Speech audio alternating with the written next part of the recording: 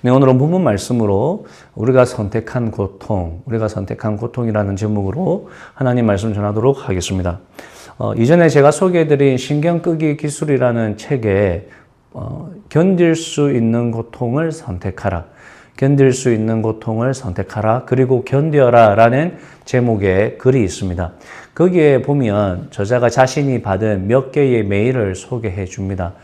첫 번째는 한 여성이 보낸 것인데 그 여성은 부모님이 자기가 의대에서 공부를 하길 원하고 의사로 살아가기를 원하신다고 합니다. 근데 이분은 너무나 그게 싫다고 합니다. 의사로 평생을 산다는 것 자체도 싫고 의사 공부도 싫다고 합니다. 그래서 저자에게 메일을 썼습니다. 선생님, 어떻게 하면 의대를 그만둘 수 있을까요? 또 다른 메일은 한 대학생이 보낸 메일입니다. 그는 자신의 학과의 조교를 짝사랑한다고 했습니다. 그는 조교의 얼굴만 봐도 막 가슴이 떨리고 그녀의 몸짓과 웃는 소리 또 잡담까지 그녀의 모든 것이 그를 가슴 뛰게 한다고 했습니다. 그러면서 그 저자에게 이제 그가 메일을 보냈습니다. 선생님, 제가 어떻게 데이트 신청을 하면 될까요? 세 번째로 중년의 한 여성이 있었습니다. 그녀는 자신의 아들이 집에서 빈둥빈둥거리는 것을 어떻게 해야 할지 모르겠다 이렇게 생각을 했습니다. 아들이 다 컸는데 자신에게 용돈을 타서 쓰고 또 아침에 밥을 달라 그러고 이게 못마땅한 겁니다. 그래서 이 저자에게 글을 썼습니다. 선생님, 어떻게 하면 아들에게 독립하라고 말할 수 있을까요? 저자의 대답은 너무나 간단합니다. 여러분 한번 대답해 보십시오. 뭐라고 답하겠습니까? 저자의 대답은 간단했습니다. 닥치고 그냥 해. 저자가 말하기를 이 질문에 대한 답은 당사자들만 어렵지 다른 사람들에게는 너무나 쉬운 질문이라는 것이었습니다. 여러분 이해가 되시죠? 우리에게는 쉽고 당사자들에게는 어렵습니다. 근데 왜 당사자들에게 어렵습니까? 여기에 고통의 문제가 있기 때문입니다. 당사자들이 고통스러워하는 것은 무엇입니까? 의대의 자퇴서를 내는 것은 너무 간단한 일이죠. 쉽습니다. 하지만 부모님의 억장을 무너뜨리는 것은 큰 고통입니다. 그 대학생이 조교에게 데이트 신청을 하자고 말하는 것은 너무나 간단합니다. 하지만 거절에 대한 두려움, 고백하는 것에 대한 부끄러움 이런 것들은 그에게 큰 고통이 될 수 있죠. 어머니가 자식에게 독립을 요구하는 것은 너무나 당연한 일이지만 자식을 버리는 느낌이 들게 하는 이것은 어머니에게 고통인 것입니다. 그럼 어떻게 해야 합니까? 당신이 어떤 고통을 겪을 것인가? 이걸 선택해야 된다는 거죠. 부모님의 억장이 무너뜨리는 것을 보는 그런 고통을 선택할 것인가? 아니면 자신이 하기 싫은 의대 공부 그리고 의사 생활을 하는 고통을 선택할 것인가? 선택하라는 겁니다. 여인에게 고백을 못해서 그 답답함, 그 애절함의 그 고통을 가질 것인가? 아니면 고백을 하고 거절당할 수 있는 그 거절당함에 대한 고통을 당할 것인가? 선택하라는 것입니다. 그럼 이 선택은 어떤 것이어야 합니까? 우리가 이 고통을 선택할 때는 이 고통이 우리가 견디기 쉬운 것이어야 할 것입니다. 다른 고통에 비해서 견디기 쉬워야 할 것입니다. 그럼 이쯤에서 우리가 이 고통을 선택한다라는 말은 무엇과 같다고 할 수 있습니까? 우리의 가치를 선택하는 것과 같다라고 할 수 있습니다. 우리의 인생을 끌고 갈 가치를 선택해라 그 말이죠, 사실은. 그러면 이 가치대로 살아가는 데 있어서 뭐가 발생합니까? 고통이 발생하는데 그 고통에 대해서 네가 감당이 되겠느냐? 이 질문이 되는 것입니다. 지난 목요일에 저희 아이와 함께 걷다가 저희 아이가 막 울면서 뭔 이야기를 했습니다. 여기서 울었다는 거는 그날 자기가 원치 않는 일이 발생했던 거죠. 그래서 이제 산책을 하면서 이제 저에게 이야기하는 겁니다. 저는 집이 정말 좋아요. 저는 그냥 집에 있고 싶어요. 그리고 나는 부자가 되어서 정말 내 시간을 모두 다 내가 사용하고 저는 집에서 그냥 뒹굴거리고 있을 거예요. 막 이제 슬퍼서 막 그렇게 이야기를 했었습니다. 그래서 제가 야, 집이 좋으면 그냥 학교 가지 말고 집에서 쉬어. 뭐 괜찮아. 아빠는 상관없어. 그렇게 하니까 또 학교는 가야 된대요. 왜 그런가 하니까 학교에 가야 공부를 해서 좋은 직장을 구하고 그래야 시간당 페이가 높은 그런 직장을 구할 수 있고 그래야 부자가 되기 때문에 누가 보면 이제 자기 아버지가 참 거지인 줄 알 것 같은데 뭐 여하튼 이제 제가 이 아이의 입장에서 한번 생각해 보면, 아이가 부자가 되기를 원한다면, 그러면 거기에 따른 고통을 이제 감수해야 됩니다. 어떤 고통을 견뎌야 합니까? 공부하는 고통, 또 실패하는 고통, 위기의 상황에 돈을 빌리러 다니는 고통, 자신이 원치 않는 일을 열심히 해야 하는 고통, 그런 고통들을 견뎌야 합니다. 인생에는 고통이 없는 삶은 없습니다. 세계 제일의 부자도 고통이 있고 괴로움이 있습니다. 고통이 없는 삶은 죽은 삶이죠. 우리는 어떤 고통을 선택할 것인가를 고민해야 할 뿐이지, 내가 부자가 되어서 아무런 걱정 없이 살 거야. 이거는 초등학생이 나 부자가 되어서 뒹굴거리며 살 거야. 이렇게 한탄하는 것과 똑같은 겁니다. 여러분, 먼저는 이 세상에 고통이 없을 수도 있다는 이런 잘못된 생각을 깨뜨리시기 바랍니다. 그리고 어떤 고통을 선택할지 여러분 결정하시기 바랍니다. 그리고 자신이 선택한 그 고통을 견디시기 바랍니다. 만약 여러분이 그 고통을 견딜 수 없다면 그것은 여러분의 인생 가치를 바꿔야 한다는 말과 같은 것입니다. 이해가 되시죠? 여기까지가 저자가 한 말이고, 이 저자의 생각이 정말로 또 참 의미가 있습니다. 그래서 오늘 말씀과 또 우리 그리스도인과 한번 연관 지어서 생각해 보면 이렇습니다. 여러분, 그리스도인은 어떤 사람입니까? 그리스도인은 자신의 인생 가치를 하나님 나라에 두고 사는 사람들입니다. 여러분 믿으십니까? 오늘 본문 6절에 보면 제자들이 부활하신 예수님께 여쭙습니다. 예수님, 이스라엘 나라가 회복된다고 했는데 부활하신 예수님이 지금 이 자리에 계시니까 이제 예수님이 얼마나 정말 위대하신 분인지 알았습니다. 그럼 이제 예수님이 그 일들을 행하실 겁니까? 하고 제자들이 물었습니다. 여러분, 제자들이 묻는 이 하나님 나라의 회복에 대한 거, 이거는 지금 보이지 않는, 또는 하나님이 정말 원하시는 그 하나님 나라입니까? 아니면 제자들이 볼 때 이 이스라엘이라는 눈에 보이는 하나님의 나라입니까? 후자이죠. 눈에 보이는 이스라엘입니다.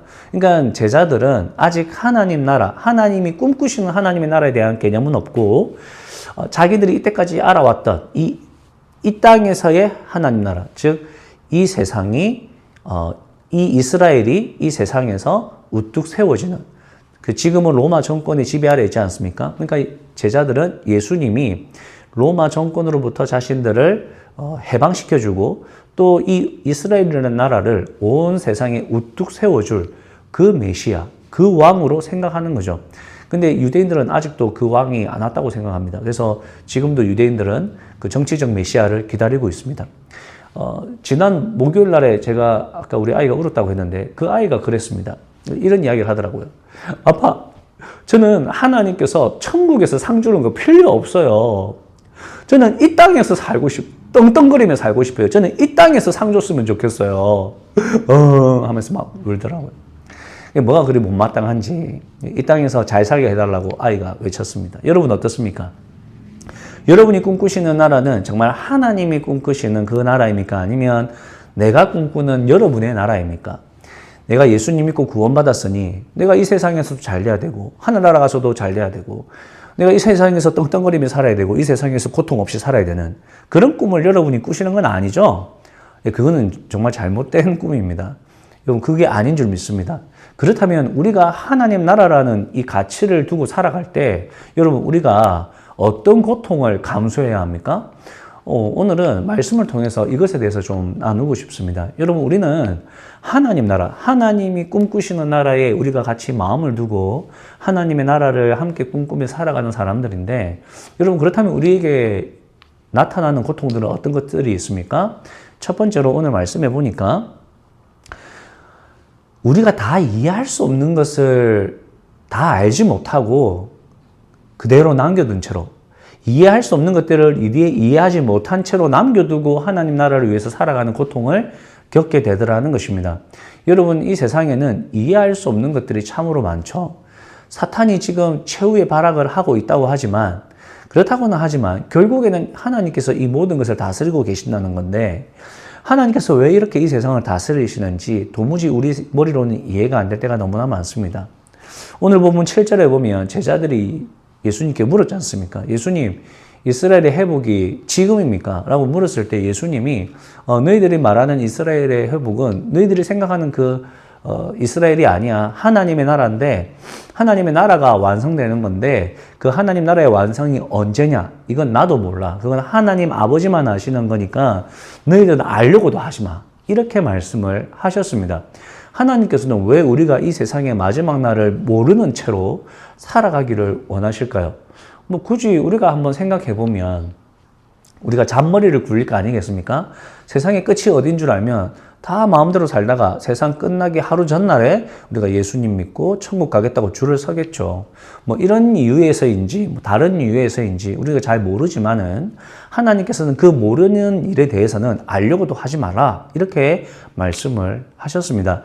그런데 하나님께서 안 가르쳐 주시는 것이 뭐 어디 마지막 날 그 날짜뿐입니까? 어떤 것들이 있습니까? 왜 우리가 우리 아이를 나보다 먼저 하늘나라로 보내야 되는가? 왜 사랑하는 사람과 이렇게 일찍 헤어져야 되는가? 왜 우리 가정이 이런 고난을 겪으면서 이렇게 괴로운 시간을 보내야 하는가? 왜 어떤 사람은 사고로 한쪽 팔을 잃고 또 두 다리를 잃고 그렇게 살아가야 하는가? 왜 우리 아이가 태어났는데 장애아이로 태어났는가? 뭐 세상에 이해 안 되는 일이 또 그뿐만은 아닙니다. 성경의 내용을 보면 얼마 전에 제가 제 친구 목사님과 앉아서 한 두세 시간을 이야기했는데 그 주제가 하나입니다.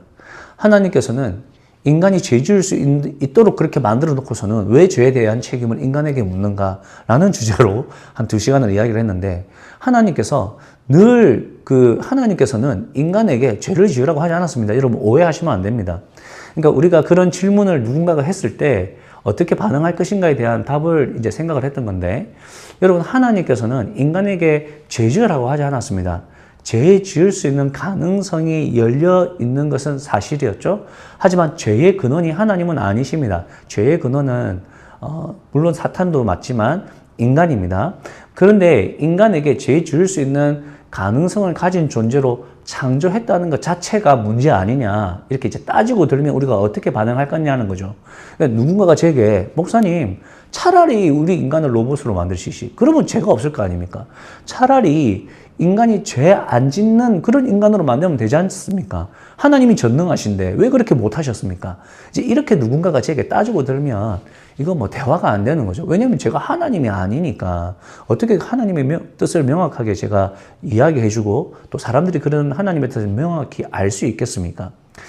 여러분 생각해 보면 하나님께서 그 크신 하나님의 그 존재와 하나님의 그 생각을 우리에게 뭘로 이야기해 주십니까? 지금은 이제 글이나 또 이렇게 목회자들이나 또 믿음의 선배들을 통해서 이렇게 이야기해 주시는데 한계가 있지 않겠습니까? 그래서 실제로 하나님께서 성경에 쓰신 글을 보면 뭔가 하나님이 우리가 알아듣도록 설명하시다 보니까 이런저런 한계가 있구나라는 것을 알 수 있는데 그게 이제 후회한다라는 단어입니다.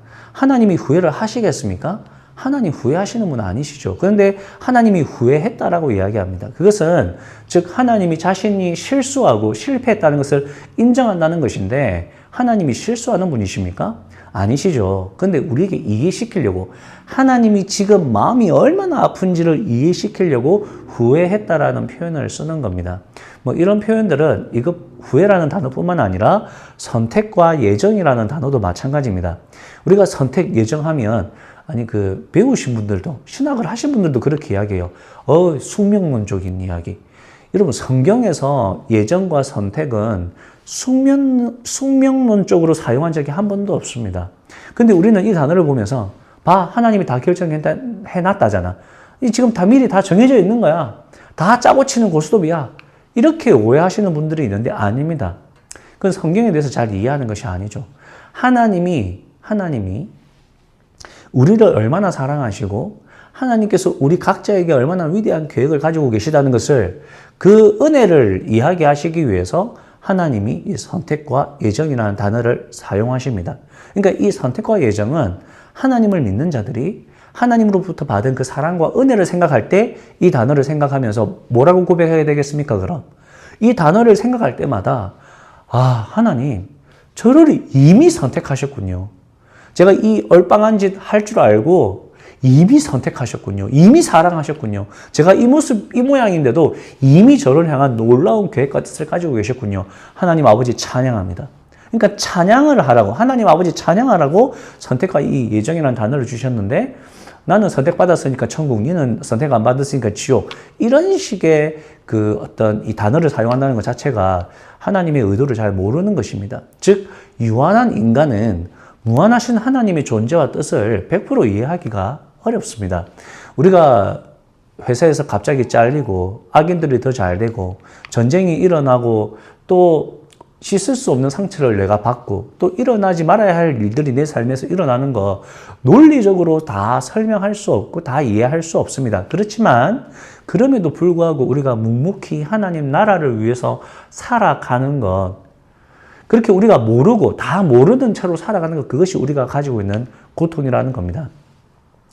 이걸 이제 이번 주에 우리가 성경을 읽었지 않습니까? 그때 시편 73편을 읽었는데 이 저자도 그렇게 이야기하지 않습니까? 12절에 보면 이 시인이 보니까 이 세상에서는 악인이 더 잘 되는 거죠.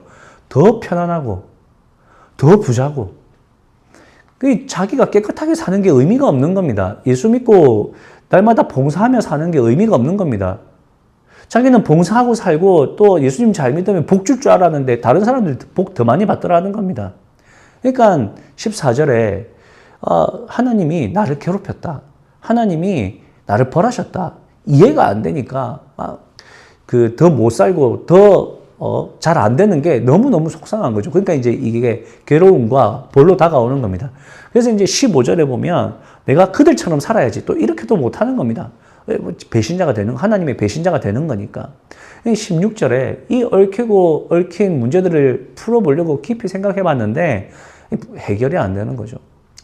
사실 이게 이제 지난주에 있었던 저희 아이의 이야기인데, 사실 저희 아이가 괴로워했던 이유 중에 하나가, 자기가 토요일 날에 그 친구들에게 생일 초대를 받은 거예요. 생일 축하 초대를 받았는데, 이미 지금 찬양팀 연습이 있는 겁니다.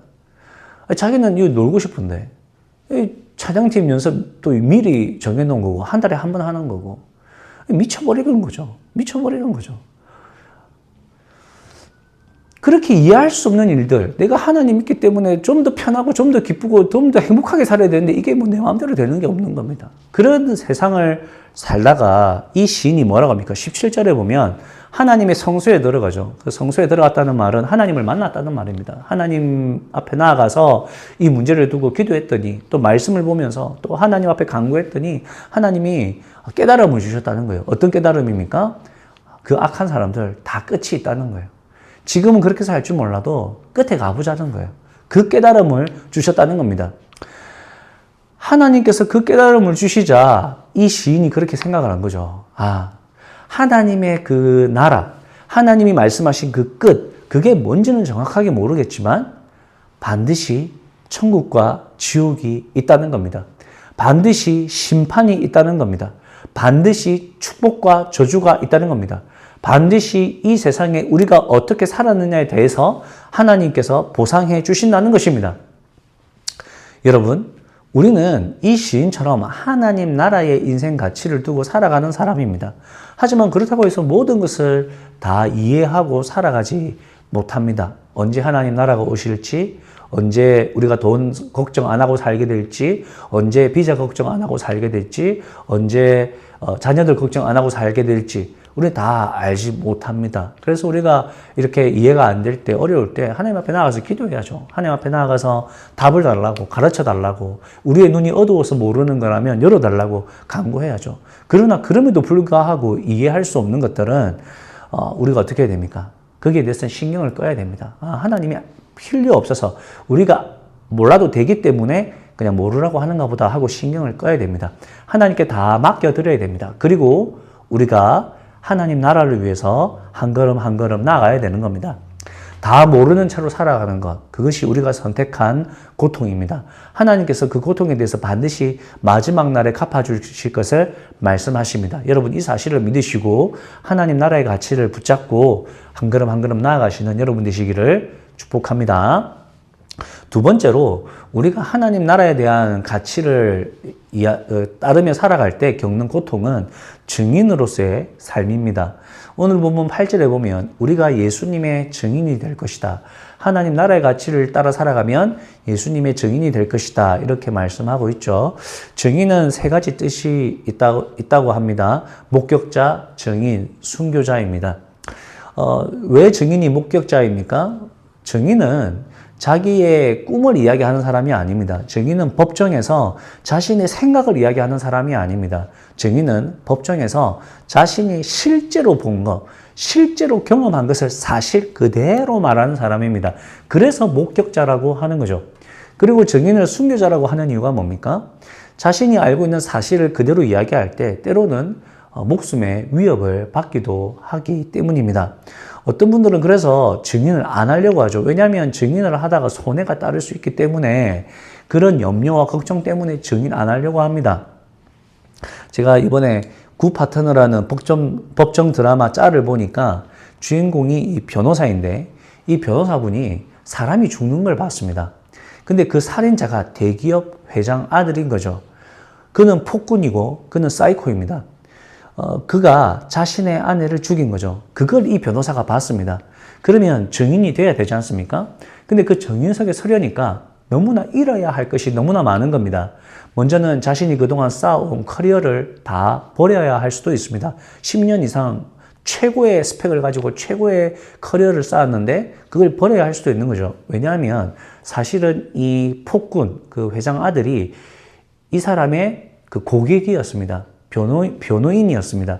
그러니까 이제 자기 고객을 고발하는 변호사, 이 사람을 누가 알아주고 누가 이 사람에게 앞으로 일을 맡기겠습니까? 그러니까 이제 모든 자기의 커리어를 포기하고 증인이 되어야 되는 것입니다. 그리고 그 폭군이 막 협박도 했습니다. 네 증인을 하면 너희 아이도 죽여버릴 거고 내가 다 죽여버릴 거야. 막 이렇게 하니까 그런 위험 부담들이 너무나 많았던 거죠. 이 사람은 선택해야 되는 겁니다. 내가 증인이 되어서 이런 위협들을 받아야 될 건지 아니면 평생 죄책감과 부끄러움으로 살아가는 고통을 받을 건지. 우리도 마찬가지입니다. 우리도 예수님이 우리의 죄와 또 나의 죄, 그 위에서 십자가에 달린 것을 우리가 보았습니다. 예수님이 부활하신 것을 우리가 직접 보진 않았지만 우리가 믿음으로 그것을 보았고 그것을 믿습니다. 그럼 어떻게 해야 됩니까? 말해야 되겠죠. 전해야 됩니다. 예수님이 실제로 우리의 구원자야. 예수님이 너를 위해 십자가에 달려 죽으셨어. 예수님이 너의 모든 아픔, 고통의 오직 유일한 답이야. 행복의 근원은 예수님이야. 예수님이 너에게 자유를 주실 거야. 우리가 믿는 것, 우리가 아는 것, 우리가 본 것을 그대로 말해야 됩니다. 그것이 증인입니다. 얘들아, 나봐. 내가 변화된 것 봐. 내가 왜 이렇게 용기가 생겼는 줄 알아? 내가 왜 이렇게 항상 기쁜지 알아? 내가 왜 밥 먹을 때 기도하는지 알아? 내가 왜 피 한 방울 안 섞인 너에게 땀을 뻘뻘 흘리면서 밥을 해주는지 알아? 내가 왜 욕 안 하는 줄 알아? 너는 나에게 씻을 수 없는 상처를 주었지만 내가 왜 너를 사랑하는 줄 알아? 내가 왜 돈에 목을 매지 않는 줄 알아? 내가 왜 사람들에게 목을 매지 않는 줄 알아? 내가 왜 가족들에게 매달려 살지 않는 줄 알아? 예수님 때문이야. 예수님이 나를 대신해서 십자가에 달려 죽으셨거든. 예수님이 나에게 큰 사랑을 부어주셨거든. 예수님이 내가 너희들에게 그런 모욕과 모멸을 받아도 아무렇지도 않을 정도로 그 큰 사랑이 내 안에 있기 때문에 내가 그렇게 전하며 살아가는 거야. 사랑하며 살아가는 거야. 예수님이 나를 위해서 십자가 지시고 부활하시고 승천하시고 성령님 보내주셔서 나는 죽고 예수로 살 수 있도록 하셨어. 나는 지금 완전히 새로운 사람이야. 이게 증인입니다. 그럼 그 증인이 받는 고통이 뭡니까? 뭐 다 그런 건 아니지만 세상 사람들이 좀 바보, 멍청이로 보기도 합니다. 무식하고 어리석다고 놀림도 받습니다. 세상에서 왕따처럼 보이기도 합니다. 때로는 떵떵거리며 살지 못해서 좀 작아 보이기도 합니다. 사람이 좀 찌질해 보이기도 합니다. 제가 이번 주에 한국에서 인권위원장 후보 청문회를 봤습니다. 뭐 딱 그 한 장면을 봐서 뭐 정확히 어떤 일이 벌어지고 있는지 모르겠지만 이 인권위원장 후보가 한 말을 이제 질문자가 막 이렇게 비난하는 장면이 있었습니다. 당신이 창조론을 믿는다면서요.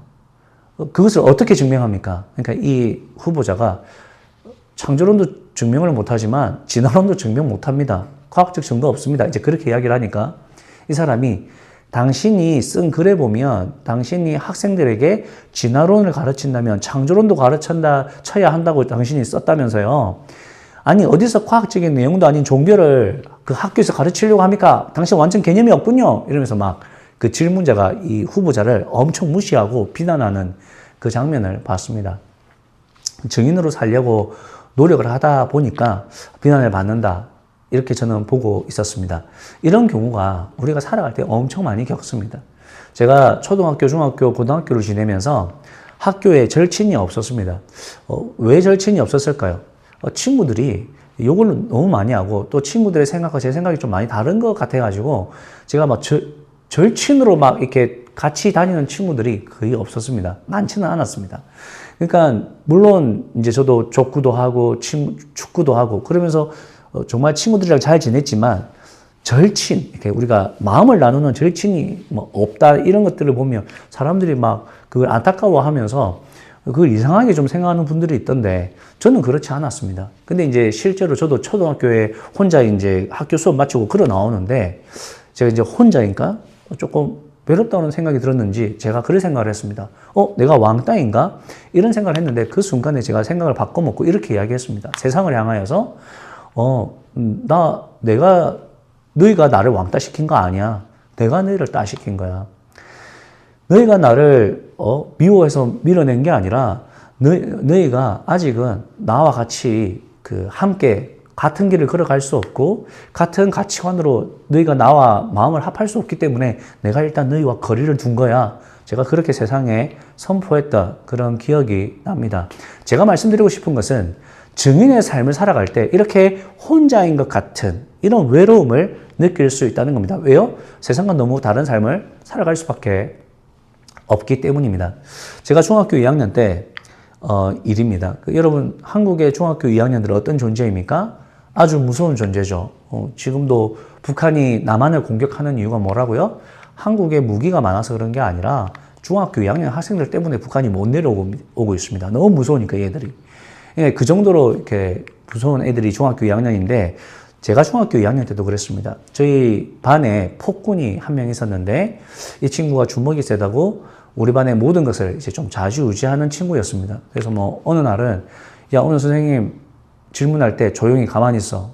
아무 다 죽여버릴 거야. 이렇게 하면 진짜 우리가 조용히 하고 가만히 있었던 기억이 납니다. 어느 날 학교에 갔더니 제 앞에 두 친구가 울상인 겁니다. 알고 보니까 그 친구, 폭군인 친구가 제 짝꿍이었습니다. 제 옆에 앉았는데, 제 앞에 있는 두 친구가 이제 이 친구와 돈 내기 게임을 한 겁니다. 뭐 이렇게 밤새도록 뭐 게임을 했나 봅니다. 그래서 이제 이 두 친구가 돈을 다 잃었다고 합니다. 그러니까 돈을 왜 너희들만 다 잃었냐 이렇게 하니까 이 친구가 속임수를 썼다 뭐 그렇게 이야기를 하는데 뭐 증명할 수는 없으니까 여하튼 이제 이 친구들이 돈을 다 잃어서 한 명은 300불 지금으로 따지면 한 명은 500불 이렇게 빚이 있는 겁니다. 그러니까 이 친구가 너희들 그 돈 없으니까 너 일라인 있지 일라인 가져와, 너 자전거 있지 자전거 가져와 이렇게 된 거죠. 뭐 이제 보기 딱 뻔합니다. 이 친구가 좀 이렇게 강압적으로 그 모든 것들을 다 이끌어낸 거죠.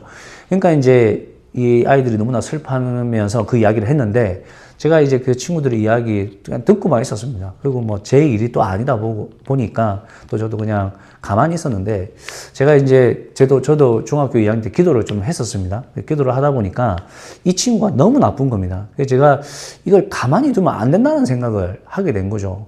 뭐 지가 깡패도 아니고 지가 하나님도 아니고 이러면 안 되는 거죠. 그래서 제가 이제 좀 해결해야겠다 생각을 했습니다. 그래서 제가 저희 선생님께 도움을 구하는 편지를 쓴 거죠. 제가 그때 제 생각으로 한 건 아닌 것 같고 하나님이 성령을 통해서 지혜를 좀 주신 것 같아요. 그래서 이제 제가 선생님께 뭐라고 편지를 썼냐면 선생님, 저는 선생님 반 학생 아닙니다. 저를 알려고 하지 마십시오. 저를 알려고 하는 순간 저는 선생님 모르는 척 할 겁니다. 그냥 그 당시에 컴퓨터가 없었기 때문에 제가 고딕체로 이렇게 썼습니다. 그 글자를 못 알아보도록. 그래서 이제 그렇게 쓰면서 선생님, 지금부터 제가 선생님 반에 일어난 모든 악행을 고발하겠습니다. 하면서 이제 이 친구의 이야기를 세세하게 다 기록을 했습니다. 그리고, 저인 걸 알면 안 되고 또 이 아이들이 했다는 걸 알면 안 되니까, 좀 이 아이와 우리를 분리시켜서 이렇게 뭐 선생님이 좀 조치를 취해달라 이러면서 어떻게 조치를 취할 건지 이 방법까지 제가 다 이렇게 알려드리면서 이제 그 편지를 제가 그 선생님 집을 우연찮게 알게 됐습니다. 그래서 우표도 안 붙이고 그 선생님 집 우체통에 이제 넣어놓고 이제 나오고 이제 이제 선생님께서 다행히 일을 잘 해결해 주셨는데 그 일이 해결되는 그 순간이 정말 긴장감이 넘쳤습니다. 이 친구의 그 폭군의 그 어머니 오시고 막 난리가 아니었습니다. 근데 이제 그 제가 말씀드리고 싶은 게 뭐냐면 우리가 사실은 증인의 삶을 살아가다 보면 이렇게 우리가 겪지 않아도 되는 고통을 겪을 수 있습니다. 여러분 생각해 보십시오. 제가 그거 사실은 목숨 걸고 편지 쓴 겁니다. 그때는 사실 그런 목숨을 걸었다 이런 생각까지는 안 했는데 제가 뭐 걸릴 거다, 뭐 이 친구가 알게 될 거다 그런 생각은 꿈에도 저도 없었습니다. 다 잘 될 것 같다는 확신이 있었습니다. 그럼에도 불구하고 지금 생각해 보니까 제가 미친 거죠. 이 친구한테 만약에 걸려 보십시오. 죽도록 맞고 학교 자퇴해야 됩니다. 더 이상 이 친구들 사이에서 다닐 수 없었겠죠. 그 목숨 걸고 굳이 자고 아무 상관도 없는 그 일에 제가 가담을 하고 하나님 때문에 이런 일뿐만 아니라 우리가 하나님 때문에 바보 취급당하고 하나님 때문에 손해보고 하나님 때문에 우리가 친구들하고 같이 놀러 갈 수 있는 토요일 날을 반납해야 되고 하나님 생각해서 좋은 일 했는데 비난받고 이런 고통을 우리가 증인으로 살면 당하게 되더라는 겁니다. 그런 고통을 안 당하려면 어떻게 됩니까? 그냥 자기 인생의 주인 되어서 자기 마음대로 살면 됩니다. 내가 뭐하러 친해지고 싶지도 않은 사람에게 아쉬운 소리 해가면서 밥 사주면서 예수님 믿으라 합니까? 그 돈으로 우리 집 애들 스테이크 사주면 되지. 그러니까 증인으로의 삶은 이런 고통을 우리가 겪게 되는 것이죠. 그래서 우리는 선택해야 됩니다. 증인으로서의 삶의 고통을 선택할 것인가? 아니면 내가 내 인생의 주인으로 살면서 살아가는 그런 고통을 내가 선택할 것인가? 증인의 고통에는 항상 하나님이 들어갑니다. 하나님 때문에. 그래서 증인들은 어떤 기도를 하게 됩니까? 부르짖는 기도를 드릴 수밖에 없습니다. 내 안에 욕심이 많고 내가 내 뜻대로 살고 싶은데 하나님 때문에 이 사람을 사랑해야 돼. 하나님 때문에 내가 미안하다 말을 해야 돼. 하나님 때문에 내가 뭔가를 희생해야 돼. 그러니까 자기의 본능과 맞지 않는 거죠. 그러니까 어떻습니까? 미쳐버리는 겁니다. 그 부르짖는 기도가 안 나오겠어요? 하나님, 제가 뭐하러 편지를 써야 됩니까? 제가 왜 친구들에게 욕먹을 짓을 하면서 친구에게 맞아 죽을 것을 각오하고 편지를 써야 됩니까? 제가 왜 돈을 줘가면서 섬겨야 됩니까? 제가 왜 일하고 욕먹어야 됩니까? 부르짖는 기도가 터져 나오는 겁니다. 그럼 여러분, 증인의 삶이 이렇게 고통스러운데 우리가 왜 증인의 삶을 선택해야 됩니까? 증인으로서의 받는 고통은 저주가 아니라 축복이기 때문입니다. 우리의 고통은 무의미한 것이 아니라 가치 있는 것이기 때문입니다. 여러분, 아담과 하와가 죄를 지었지 않습니까? 그리고 그들이 벌을 받았습니다. 어떤 벌이죠? 아담은 이제 땀을 흘리고 고생을 해야 먹고 살 수 있게 된 겁니다. 하와는 해산할 때 이전에는 고통이 없었나 봅니다. 근데 이제 우리가 애 낳을 때 너무나 큰 고통을 당하지 않습니까? 그러니까 그런 고통이 이제 우리에게 오게 된 거죠. 근데 그게 저주입니까? 아닙니다, 여러분. 하나님이 물론 그걸 벌로 주셨다고 했지만 그게 축복이 있었습니다. 어떤 축복? 내가 일을 한 만큼 얻는 축복. 일을 해서 아이들이 먹고 살 수 있는. 여러분 내가 번 돈으로 아이들이 먹고 사니까 얼마나 행복합니까? 그 기쁨을 사실 같이 주신 거예요, 하나님이. 벌로 주신 게 아니라. 그리고 자녀를 낳았어. 물론 낳을 때는 아프죠. 근데 태어난 아기를 보자마자, 야, 나 니 때문에 죽을 뻔했어. 이러는 엄마가 어디 있습니까? 그 축복이죠. 너무, oh my God, so beautiful 하면서 아이를 안잖아요. 그러니까, 물론 이제 우리가 살다 보면 너무 사는 게 힘들고 애가 말 속을 상하게 하니까 내가 임만 너 키우려고, 그렇게 내가 아파하면서, 너를 낳는지 아니? 막 이렇게 한마디씩 하긴 하지만 늘 그렇지는 않잖아요.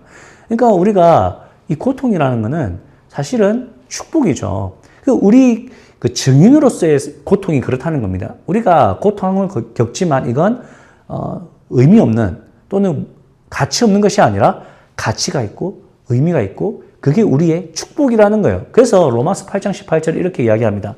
함께 읽겠습니다. 시작. 현재 우리가 겪는 고난은 장차 우리에게 나타날 영광의 견주면 아무것도 아니라고 나는 생각합니다. 바울 사도가 이렇게 고백하는 거죠. 우리가 받을 영광은 지금 여러분 우리가 겪는 이 고난에 비하면 아무것도 아닙니다.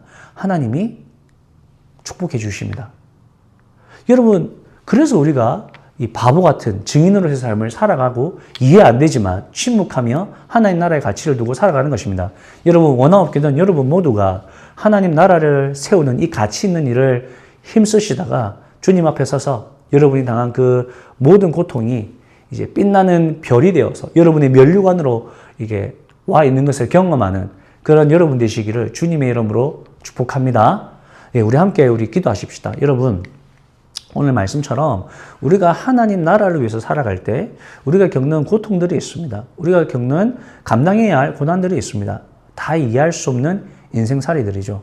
또 우리가 끊임없이 하나님 나라를 위해서 살아야겠지만 내 나라를 위해서 살고 싶은 이런 욕망들이죠. 그러나 증인의 삶을 살아갈 때 그런 고통을 겪고 그런 어려움을 겪지만 어떻습니까? 하나님이 우리가 생각지도 못한 장차 우리가 받을 영광은 지금의 고난에 비하면 아무것도 아니라는 생각이 들 정도로 놀라운 상급을 준비하고 계신다고 말씀합니다. 여러분, 이것을 기억하면서 우리가 이 땅에서의 어려움을 잘 감당하며 하나님 나라 위해서 살아갈 수 있도록 우리 함께 기도하며 나아가겠습니다.